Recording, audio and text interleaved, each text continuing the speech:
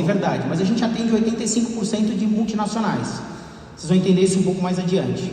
Em 2002 eu começo a mapear todas as empresas de impressão no país. Aquilo que para a FESPA era impossível, eu comecei a fazer na prática. Eu comecei a anotar todas as empresas e comecei a catalogar tudo aquilo que eu tinha. Eu comecei em 2002 fazer o que não sabia, que chamava Big Data, que era a conexão dos dados em várias fontes ao mesmo tempo. Em 2008 eu me torno embaixador da FESPA. Toco projetos internacionais como a Feira do México e ajudo a trazer a marca para o Brasil. Um desafio que me enche de orgulho, mas que também deixou uma frustração, porque do momento em que a FESPA veio para o Brasil, ela perdeu o seu legado de ser uma educadora, na minha opinião. E aí eu resolvo sair porque eu queria que a entidade investisse no setor, com pesquisa de mercado. Eu já vinha nessa pegada de fazer esses estudos, eu queria que a gente pudesse acelerar isso. Mas a FESPA adotou um critério de que ela seria uma feira de negócio, como bem é hoje, uma feira de sucesso, bem sucedida e muito reconhecida por grandes marcas. Em 2009, eu intensifico o uso de inteligência artificial com base em dados.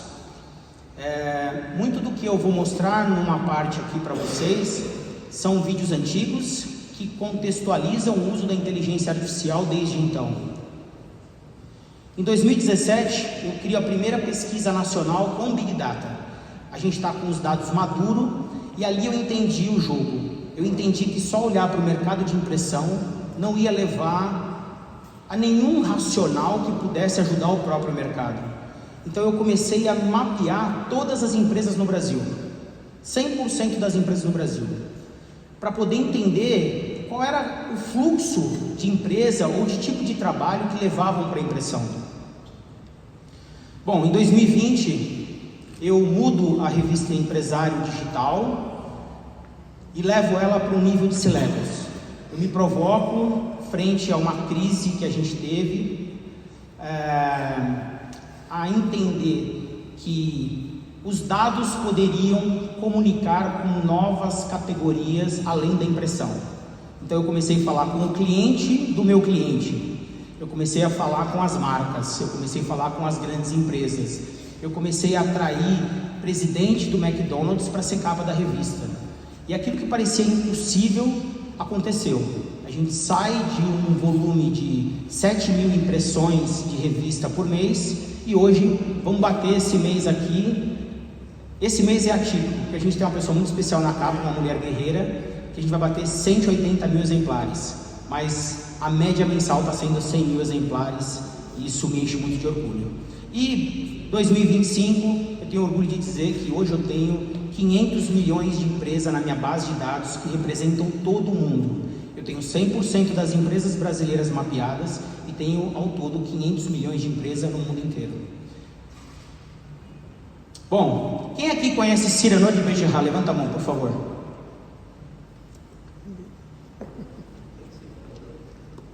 Bom, então é novo para você. E a provocação é que Cyrano de Bergerac foi um escritor e fez sucesso em 1897. Quando a gente fala em inteligência artificial, a gente não está falando de nenhuma novidade. Só que se a gente não pratica, se a gente não sabe de fato aquilo que a gente pode utilizar e extrair da tecnologia, é desconhecido. Eu vejo muita gente que se diz especialista em impressão, mas não conhece a fundo o funcionamento, por exemplo, de uma impressão UV. Ou a diferença entre uma tinta gel com uma tinta látex, e isso diz muito sobre o desconhecido. Durante todos esses anos, eu tive a oportunidade de entrevistar mais de 200 empresários para colocar na capa da revista. Inclusive, identifico alguns rostos aqui que já foram capa da revista. Então, bem mais bonito, bem verdade. Mas é um orgulho poder conversar com empresários e extrair conhecimento, extrair o que de fato para ele fez diferença. E isso foi o que permeou o meu trabalho durante todo o tempo. São 36 anos que eu entendi que o que muda o jogo é conteúdo. E dado é um tipo de conteúdo. A narrativa que a gente tem para poder contar as nossas histórias é o que faz a conexão para gerar uma série de possibilidades que a gente tem no mercado. A inteligência artificial, por exemplo, surgiu em 1956, lá nos Estados Unidos. E aí muita gente fala, pô, mas a gente só conheceu a inteligência artificial de 2 anos para cá, quando o ChatGPT virou um fenômeno mundial. Sim, de fato, o ChatGPT democratizou o uso da inteligência artificial e a gente está vendo, inclusive, sérios problemas por conta disso. 14% da energia elétrica no mundo inteiro hoje já é responsabilidade de uso de inteligência artificial. Quando a gente faz uma pergunta para o ChatGPT, a gente está usando 30 watts-horas numa pergunta. Então, à medida com que a gente vai usando descabidamente um recurso de tecnologia, a gente sabe o que vai dar isso daí. Essa data, para mim, foi a data mais importante dessa virada de jogo. No dia 29 de junho de 2007, foi lançado o iPhone. E aqui, de fato, o jogo mudou. Porque o Steve Jobs, ele deixou de vender hardware para vender aplicação. Ele começou a mudar que nenhuma máquina é responsável pelo resultado de uma geração.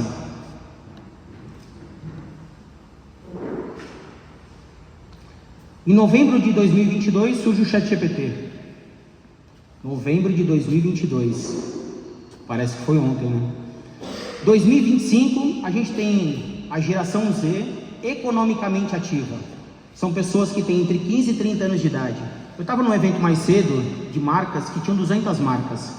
E eu conheci o Robson, que é o cara que criou o sofá na caixa. Alguém já ouviu falar no sofá na caixa? Você compra um sofá pela internet, ele te entrega numa caixa, você abre o plástico e ele vira um sofá grande. Esse cara montou, não tem 2 anos a empresa e vai faturar esse ano 300 milhões de reais.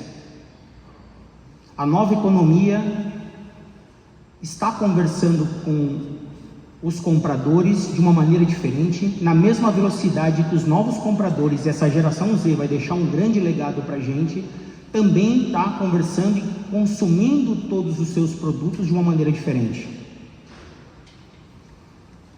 Eles vão ter 12 trilhões de dólares para gastar no futuro.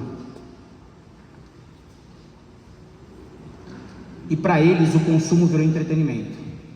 80% da geração Z usa o TikTok para fazer pesquisa. Quem aqui usa TikTok? Levanta a mão. Pois é. Então o comprador do futuro talvez esteja indo num outro lugar que a gente ainda nem percebeu que ele existe.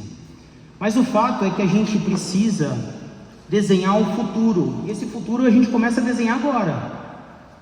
Eu gosto muito de uma expressão de Israel que fala do Tikkun, que é tudo aquilo que é feito agora, a gente consegue interceptar depois.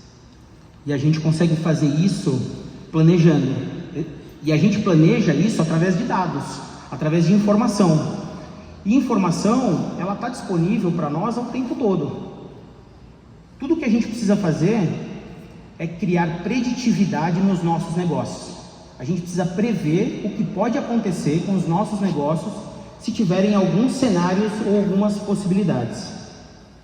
Mas não existe nenhuma preditividade sem análise de dados ao longo do tempo. A preditividade é a capacidade que a gente tem de predizer uma coisa que vai acontecer. Nós não conseguimos prever o futuro. A gente não consegue controlar fatores externos. Mas a gente aprendeu a usar o Waze. E com o Waze nós temos visão de Superman. A gente virou empoderados do ponto de vista de que antes só no desenho animado você via através dos olhos aquela visão de quanto tempo eu vou demorar, quem estava do outro lado da parede. Hoje você, para chegar até aqui, eu coloco a hora, sei que horas que eu vou chegar.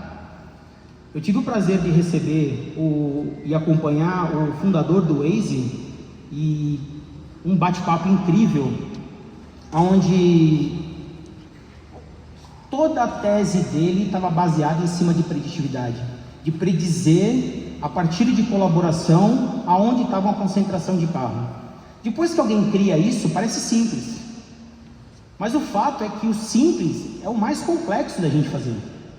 E esse tem sido o meu desafio ao longo de todos esses anos, à frente da Serinews, que é uma empresa de inteligência baseada em dados, que começou no setor de impressão, que se conectou com as marcas e hoje presta serviço para grandes empresas do setor automotivo, do setor bancário, do setor aeroespacial, e a gente tem aí muitos cases de negócio.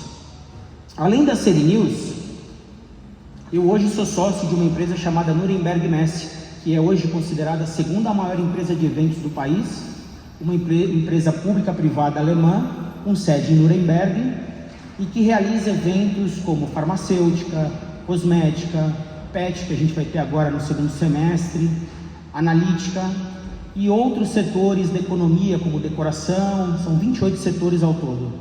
E lá a gente tem um laboratório de dados, onde a gente concentra quase 500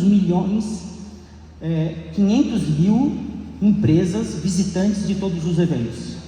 Então são economias pujantes que movimentam o ponteiro de uma economia, vamos chamar assim. Além disso, eu também tenho tido tempo para escrever para algumas outras veículos de comunicação. Então, boa parte das minhas reflexões, dos meus textos, vocês acompanham, por exemplo, nas telas dos elevadores na Eletromídia, na Você S.A., na revista License, na revista Brinquedo, que é um segmento maravilhoso, na Press Reader, que é um primeiro veículo internacional, na Talk Science, na Jovem Pan e no Olhar Digital. Eu também sou embaixador de um bar secreto, um clube para empresários chamado Sweet Secret. Alguém já ouviu falar no Sweet Secret? Aí uma pessoa já ouviu falar. Uma loja de doce remonta a um bar secreto da década de 30 em Nova York, quando era proibido vender bebida alcoólica. E esse bar ele foi montado com muito recurso, né, um projeto de 10 milhões de reais, para construir uma experiência única para reunir pessoas que só quem é convidado pode frequentar o bar. E eu trouxe um presente para vocês. Eu vou deixar para o Edil e para o pessoal da Procutter e da Suplinet sortear. Aqui são 3 ingressos que vão permitir que vocês conheçam um bar secreto onde tem mais de 1000 pessoas se inscrevendo hoje no Instagram para querer conhecer um lugar altamente sofisticado que tem sido usado por grandes marcas, e que vocês vão descobrir isso com essa experiência. Bom, por fim, e não menos importante, talvez essa razão de eu estar aqui, o projeto que me enche de orgulho, Empresário Digital, que nasceu muito cedo como revista, mas que ele ganhou mesmo notoriedade quando a gente associou dados. E esses dados, eu quero trazer algumas provocações para poder dividir com vocês o pensamento do porquê que o que a gente vinha fazendo já não faz mais sentido. A gente precisa se provocar a fazer coisas novas. E uma das formas de pensar é a gente construir uma reflexão do que é comunicação visual. Porque a comunicação visual pode ser tudo aquilo que eu comunico visualmente. E a impressão é tão somente parte desse processo. Tanto que, além da impressão, a gente tem o corte, a gente tem a gravação, a gente tem uma série de outros agregados que já não fazem mais parte de um segmento de impressão. Então eu comecei a estudar e classificar as empresas e os segmentos baseado naquilo que elas estavam fazendo. Então eu tinha empresa que é sim de comunicação visual, mas eu também posso fazer uma provocação dizendo, cara, isso também é uma comunicação visual. Isso daqui é um aparelho patrocinado por uma marca, onde a gravação a laser tem o logotipo no dente. É absurdo, mas isso é um tipo de comunicação visual e a gente não vê impressão aí. Então eu comecei a pensar como é que a gente poderia classificar o mercado para entender como ele funciona.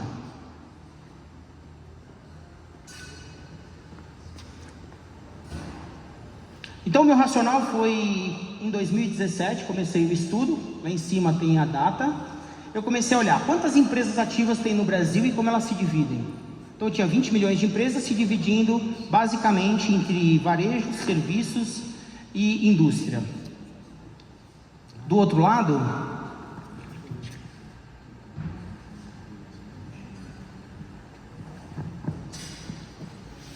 Toro branca e BMW branca, que está atrapalhando a entrada ali. Identificamos já? Uma Toro branca e uma BMW branca.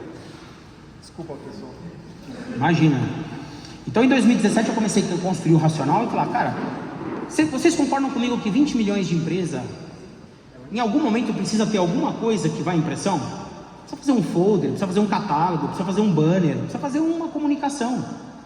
São todos potenciais clientes. E aí eu fiquei pensando, dizendo, tá, e por que a gente não tem uma fadiga de impressão do mercado de comunicação visual? Porque se todo mundo pedisse um banner hoje, talvez nós não teríamos parque instalado no Brasil para fazer toda essa produção. Então eu comecei a construir um racional de como estava dividido esse consumo. E aí, para não ir para material, para tipo de produto, banner, faixa, display, gôndola, essas coisas todas, eu foquei em cima de matéria-prima. Então eu comecei a dividir em os tipos diferentes de matéria-prima que recebiam impressão. Então a gente tem papel, plástico, metais, vidro, têxtil, né, o tecido, e cerâmica, como os principais. E aí eu comecei a ver, tá, e esses materiais recebem algum tipo de tinta, ou algum tipo de decoração. Qual o número de empresas em 2017 que em algum momento usavam algum tipo de impressora, não importa se era offset, flexografia, serigrafia ou digital, para poder fazer decoração desses materiais? E o número, guardem bem, 429.670 empresas ativas no Brasil em 2017. Essa era a realidade. A gente tinha um cenário de 20 milhões de empresas com 429 mil empresas que utilizavam um processo de impressão para fazer alguma coisa. E esse alguma coisa estava dividido entre out of home, que era o material de mídia exterior, ponto de venda, materiais de ativação de marketing e parte do processo da indústria. Então, parte da indústria de um determinado produto também é decorado e é parte de um processo. Você tem, por exemplo, uma montadora que vai fazer o painel de um carro, ela faz a impressão e ali tem parte do processo. Me estendi para explicar a metodologia do que foi feito e agora eu vou trazer para vocês a comparação de 2024. Em 2024, nós tivemos 24, para arredondar, 25 milhões de empresas, 5 milhões de empresas a mais e 226 mil empresas ligadas ao processo de impressão. Opa! Esse número, e eu gastaria mais tempo se eu viesse ano a ano mostrando essa tendência.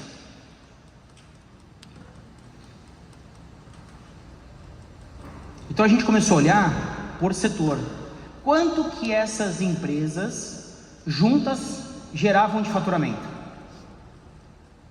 E quantos funcionários elas empregavam no dia de hoje, ou em 2017? Depois eu dividi em gráficas. Quantas gráficas tinha em 2017, quanto juntas elas faturavam e quanto que esse segmento empregava. Estamparia têxtil. Quantas tinham, quanto faturavam e quantos funcionários? 16 mil funcionários, 7 bi de faturamento e 16.796 empresas. Empresas de comunicação visual, e aqui eu vou fazer um parênteses. Como não existe código de atividade econômica no Brasil para comunicação visual, o critério que eu utilizei foi, além de fazer uma raspagem em mais de 18 quinais, foi fazer um algoritmo que buscasse toda empresa que tem impressão, comunicação visual na sua razão social ou nome fantasia. Em 2024, a gente vai olhar aqui, 450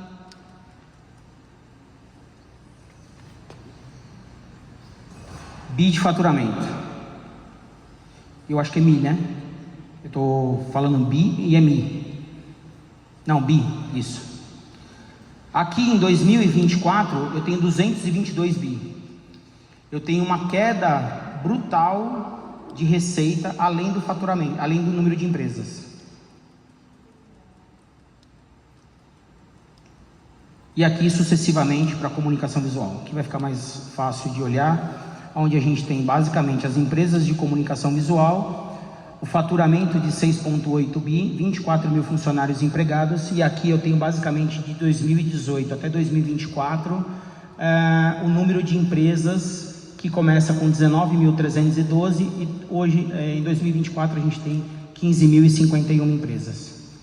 E aí o faturamento, ele aumenta proporcional, vamos chamar assim. Eu acho que na realidade, se a gente levar em consideração as taxas de juros, isso a gente percebe que esse número ele ainda representa a queda.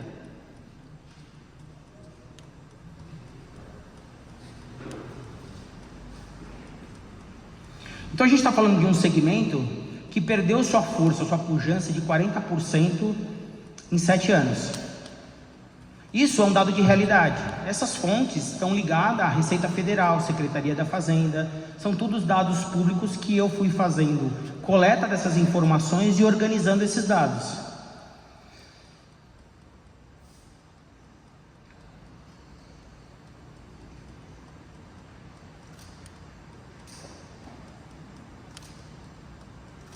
Espera aí que agora eu vou passar para outra tela aqui.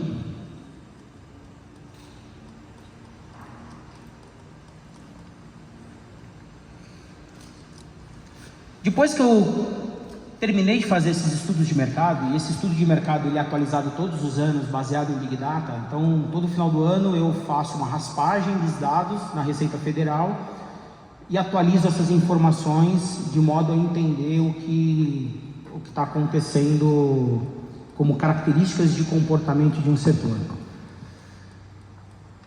Quando eu pensei, quando eu estava de frente com uma pesquisa de mercado, e confesso que durante esses anos eu tive a oportunidade de trabalhar para marcas maravilhosas do setor, talvez as maiores empresas do mercado brasileiro, eu tive a oportunidade de fazer algum tipo de trabalho, eu comecei a me provocar e pensar de que todo esse movimento de queda está de repente ligado a um grupo de fatores de comportamento.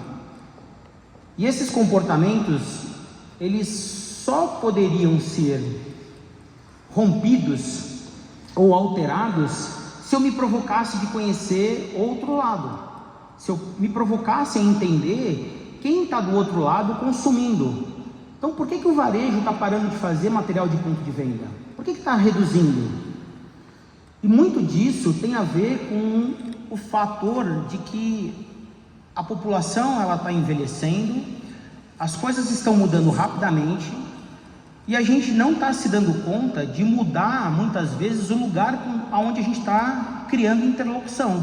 Como eu fiz o exemplo aqui do TikTok, a geração Z está vindo via TikTok. A geração Z não precisa chegar no ponto de venda e saber que o produto X é de melancia ou tem tal característica. Muito provavelmente ela já está impactada e tem esse conhecimento na própria rede social. Então a gente começa a pensar, tá, e como que do outro lado, e esse foi meu racional, constrói uma margem de entendimento para buscar as suas escolhas. Einstein dizia que imaginação é mais importante que o conhecimento. E como eu sempre gostei muito de escrever, eu sempre fiquei muito bravo com essa frase, até um dia que eu descobri que a forma é mais importante que o conteúdo. Não importa o conteúdo que eu escreva maravilhoso na revista, se eu não tiver um público engajado para ler aquilo que eu estou escrevendo, não vale de nada. E durante muitos anos eu escrevi para um público que não queria ler. Eu dizia para as pessoas que se elas continuassem seguindo aquele caminho, o trabalho dela deixaria de existir. E todo mundo achava isso loucura. E quando a gente fala em inteligência artificial, a gente está falando talvez do maior ponto disruptivo da humanidade. A gente está falando de um movimento brutal que quem não tiver inteligência artificial na sua empresa para melhorar a eficiência do seu negócio, muito provavelmente deixará de existir. E isso porque grandes marcas entenderam e estão investindo numa direção que vai substituir não as pessoas, mas vai substituir a maneira como a gente está fazendo as coisas. Então, a inteligência artificial, ela consegue se conectar com 1 milhão de fontes de dados e me dar uma resposta em uma fração de segundos. Se eu precisar fazer isso daqui com humanos, e juntar todos nós, por mais vontade e garra que nós falamos, vamos vencer, a gente não vai conseguir sair do outro lado. E aí tem um vídeo que eu adoro, uma campanha que eu vou mostrar para vocês. Ela está em inglês, mas ela vai ser fácil de vocês entenderem, porque no final das contas trata-se de um segmento muito antigo, ao qual até eu faço parte, que é a revista impressa, e de repente a venda de livros volta a explodir no mundo.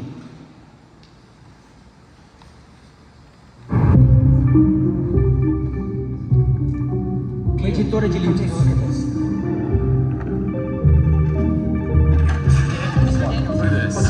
The numbers, they keep getting bigger and bigger. Clicks are off the charts. Yeah. Yoshi, it's Walter. We're back. Nós voltamos, começamos a voltar a vender livro. A fábrica de livro que estava parada, de repente, começa a receber um monte de pedido. E olha a cadeia produtiva. Mais árvore. A celulose subindo na bolsa. Enciclopédia, quem lembra da enciclopédia? Voltou a vender? He really loves that thing.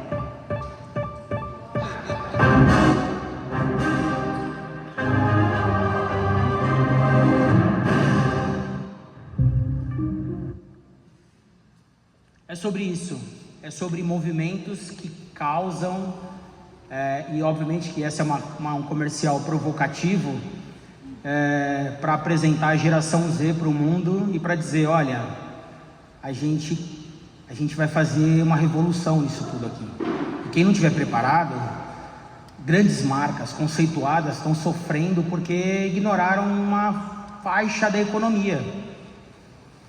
E o que a gente precisa pensar é que 100% de todos os clientes que a gente trata são pessoas. E as pessoas se movimentam. Vocês se movimentaram para chegar até aqui. Vocês vieram por alguma razão. Eu espero que para comprar máquina. Porque meu amigo precisa... Vamos, né? Vamos. Mas o movimento que faz com que a gente decida como usar o nosso tempo, agora precisa estar dentro de um racional mais bem elaborado. Por quê? Há 10 anos atrás, cometer um erro, tínhamos tempo de manobra. Hoje, eu não sei se tem tempo de manobra. A fábrica de sofá, que tradicionalmente cria impeditivos para vender para uma pessoa. Eu quero um sofá 3 lugares. O cara fala, mas depende, qual o tamanho? Mas qual tecido? Qual o acabamento? Vai ficar pronto daqui 45 dias. É surpreendida por uma página de internet onde o cliente não fala com ninguém, vê um vídeo e fala, se eu comprar esse sofá na caixa, ele vem, eu abro, ele fica pronto? E ainda é mais barato? Então é sobre isso, é sobre a gente colocar inteligência humana e artificial dentro dos nossos negócios. E aqui eu trago para vocês o momento em que mudou o jogo.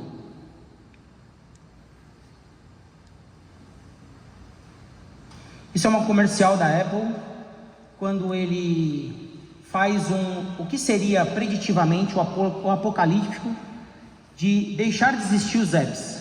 Imagina se a gente acordasse amanhã e os aplicativos deixassem de existir. É sobre isso.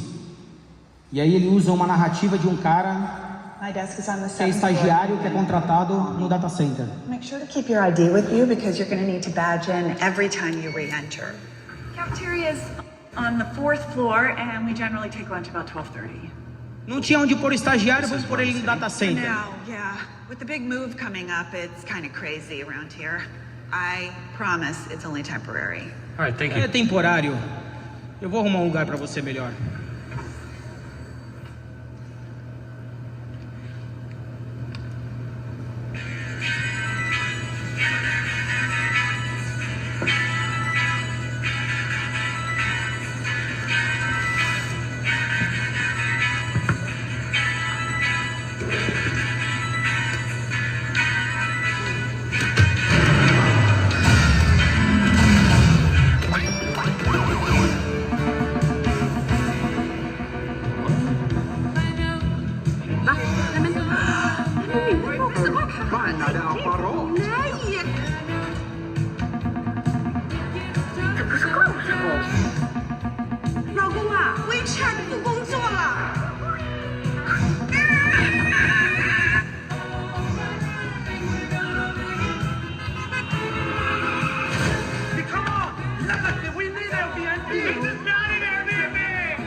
Where are we, man? I don't know, man. I don't even know what city we're in. Look out!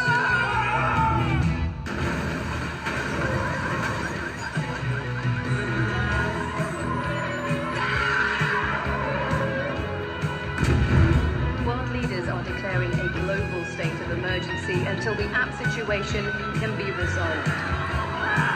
Selfies! Hey, buddy! Selfies! Selfies! Apocalypse!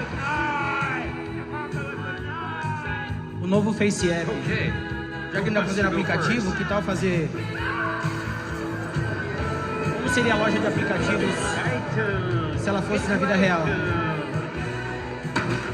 you think we should have gone with the puppy face? I just ate this whole pizza by myself. Hashtag too delicious to share. Hashtag pizza emoji. Farm bill too, right here, yo. Hashtag Instafood. Brian, looking for Brian. Hashtag does anybody want a slice?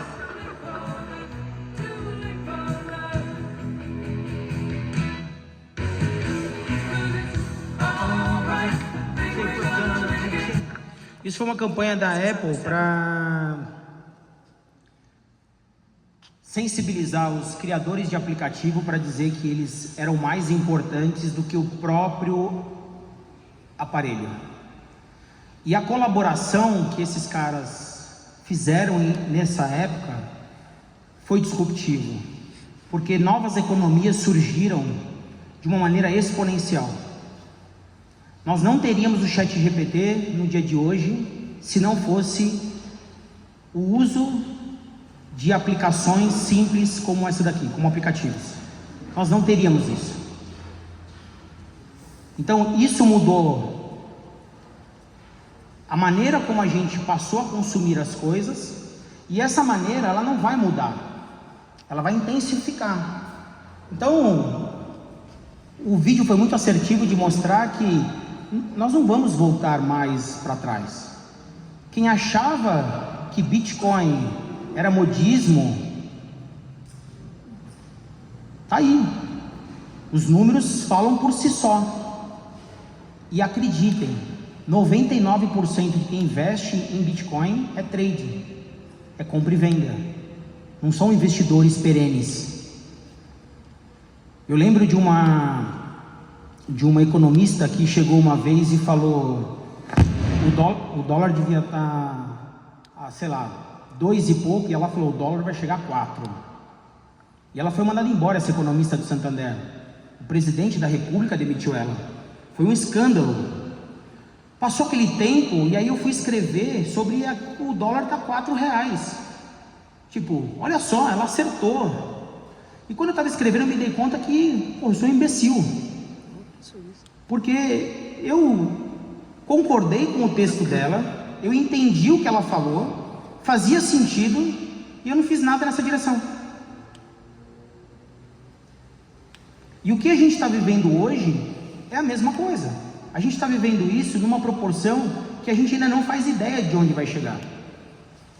Eu lembro que na organização desse evento eu falei para o Edil, a gente vai precisar de uma mesa, tal. Ele falou, cara, eu vou ver como é que a gente faz uma mesa. Eu falei, vamos pedir para o ChatGPT desenhar. E é assim que as coisas funcionam. Mas como assim o ChatGPT desenha? Desenha e te exporta em Adobe Illustrator se você quiser. Você escolhe a extensão que você quer. Você tem o Midjourney, que é um excelente criador de imagens, que está criando imagens espetaculares.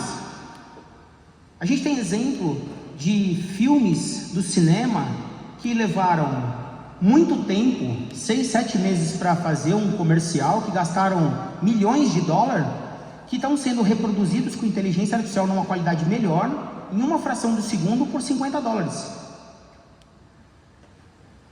Só que a gente pensa, tá, Marco, mas se for $50, como é que eu vou pagar a minha BMW que eu parei no lugar errado ali? A gente precisa fazer dinheiro. E esse jogo a Apple fez dividindo o bolo que ela tinha. Ao invés de lançar software novo todo ano e cobrar por um CD que as pessoas pagavam, né? Todos nós pagávamos por CD para poder ter atualizado lá o Windows X, Windows W, Windows tal. De repente vem um cara e fala, não, vocês não precisam pagar mais nada. Tá, e como é que você vai ganhar dinheiro? E hoje, espaço na nuvem que a gente utiliza da Apple é o maior lucro que eles têm. Então, muitas vezes a pessoa fala, mas se eu fizer colaboração com o meu concorrente, se eu fizer isso aqui, não é ruim? Não, ruim é você se isolar num canto e deixar o mercado acabar porque ninguém está fazendo nada. Ruim é você ter métricas de vaidade e investir em evento que no dia seguinte ninguém vai fazer absolutamente nada.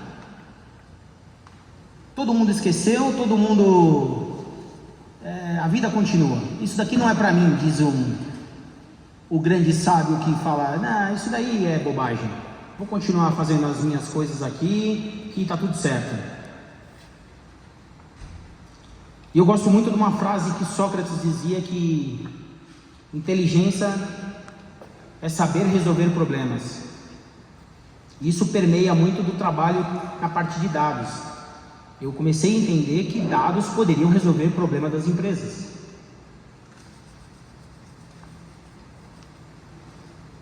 E aqui eu vou abrir meu coração e falar para vocês. Essa apresentação, esse slide foi preparado em 2018. Tenho data dele para mostrar para vocês. E eu dizia, inteligência artificial vai mudar tudo. E a gente não viu mudar ainda. Porque quando eu consigo, numa fração de segundo, ou em frações de segundo, ter uma resposta que levava meses e anos, e esse poder vai avançando a camada das sociedades até chegar na mão de uma pessoa que tem 9 anos de idade, ganhou um iPhone no Natal e que de repente abriu um negócio na internet. Que jogo! Essa é outra crença que eu acredito muito. Descubra para onde as pessoas estão indo e chegue lá primeiro. E isso só se faz com pesquisa de mercado, isso só se faz com dados, isso só se faz com estudo. Isso não se faz com feeling. Nunca foi feito com feeling. Sempre foi alguém conversando com alguém que, olha, 27 minutos de conversa com a pessoa certa vale mais do que de repente passar anos numa faculdade aprendendo coisas que eu nunca vou aplicar na vida. Isso está provado. Um outro ponto é que a gente precisa se preparar para novas rotinas, e essas rotinas vão criar novas oportunidades. É muito comum, eu trabalho com muitas empresas, são 30 empresas ao todo hoje, entre todos os meus negócios, e eu trabalho muito com a área de vendas. Eu classifico o vendedor em 3 camadas. O hunter, que é o caçador, que é o cara que vai para cima. Estou vendo alguns aqui, conheço de longa data. O farmer, que é aquele cara bom para cuidar de pessoas. Você dá um cliente para ele cuidar, ele vai cuidar desse cliente, ele vai tratar bem, ele vai conduzir de uma maneira incrível. E o gato gordo. O gato gordo é aquele que todo dia vai para o mesmo lugar. Ele sempre visita os mesmos clientes, ele sempre tem a mesma rotina, ele sempre tem as mesmas desculpas. O mercado sempre está ruim, as coisas sempre não estão daquele jeito. E aí a gente tem uma prática hoje de pesquisa de mercado que a gente brilhantemente... Tem aqui a Alessandra, que trabalha comigo e faz esse trabalho de concierge em pesquisa, e a gente entrega o cliente dizendo para a Alessandra o seguinte: eu quero investir numa máquina de impressão digital, eu tenho dinheiro para isso, e eu gostaria que isso melhorasse a minha produtividade. Você pega essas informações com o telefone do cara, o e-mail do cara, manda para o vendedor, ele não faz nada. E não são uma empresa, eu estou falando de anos, de passando por várias empresas, e o comportamento é o mesmo. E eu atribuo muito isso à rotina. Agora, esperem até ver uma inteligência artificial fazendo prospecção ativa comercial.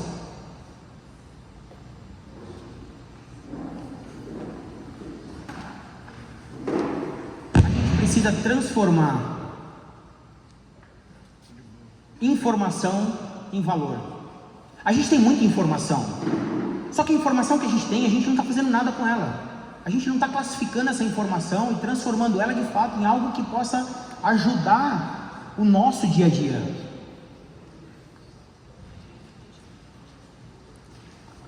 Estudar o contexto e as pessoas. Esse é um outro fator que eu atribuo como uma das formas da gente realinhar e resolver problemas, porque eu acredito que hoje esse contexto que a gente vive, ele está associado a muitas possibilidades. Vocês fazem impressão, e impressão pode ser feita sobre muitas coisas, certo? Sobre muitos mercados, sobre muitas verticais. Só que quem quer fazer tudo acaba fazendo o quê? Nada. E as empresas que eu atesto que estão tendo mais lucro nos últimos 10 anos são as empresas que mais focaram em verticais. Elas não são especialistas em solução de problemas.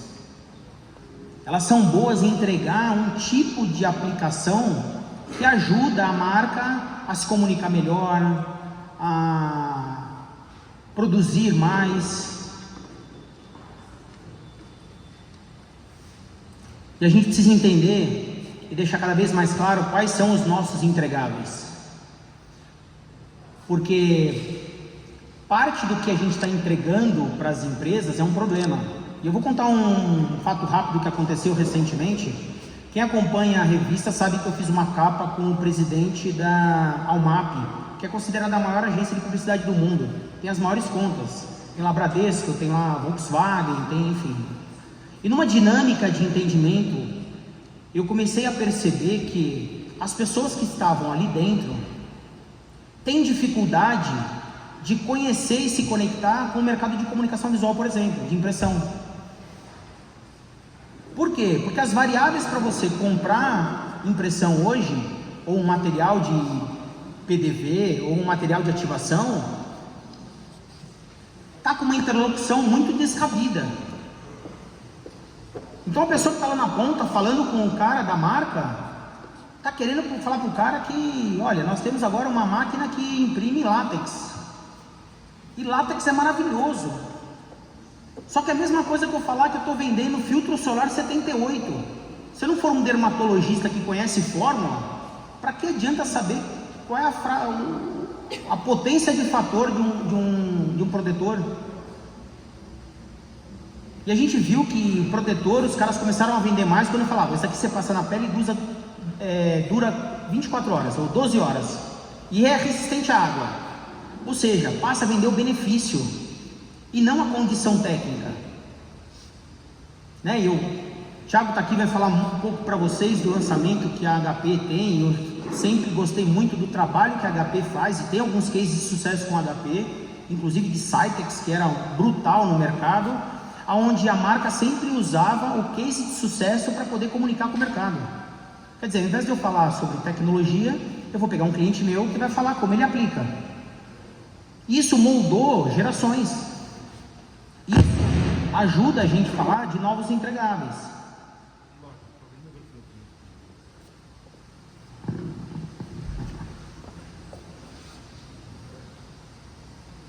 Bom, alô? Mais que isso, tecnologia, que a gente fala bastante, é só um meio. A inteligência artificial ela é só um meio. Só que ela é um meio que vai fazer um estrago muito grande. Porque a capacidade cognitiva que a gente tínhamos como bloqueio para poder fazer serviços complexos e a automação, a inteligência artificial entrega rapidamente.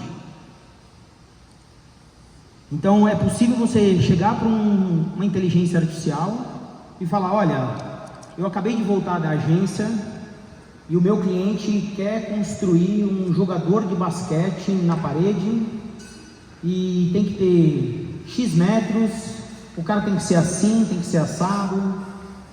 E se ele for assertivo na maneira de pedir as coisas, e aí vem um exemplo, né, um bom ponto, né? Talvez a gente precise aprender a perguntar, porque a conversa com a inteligência artificial talvez não esteja tão clara para ele mesmo. Então, se você pedir para ele, ele é literal, ele vai lhe entregar aquilo que você está pedindo. E aí eu vejo muito quanto nós como empresários erramos com os nossos funcionários por falta de treinamento, né? A gente entrega um desafio para o funcionário e fala: faz igual o outro lá, a coisa, e espera que a coisa saia da melhor forma possível. E quando a gente fala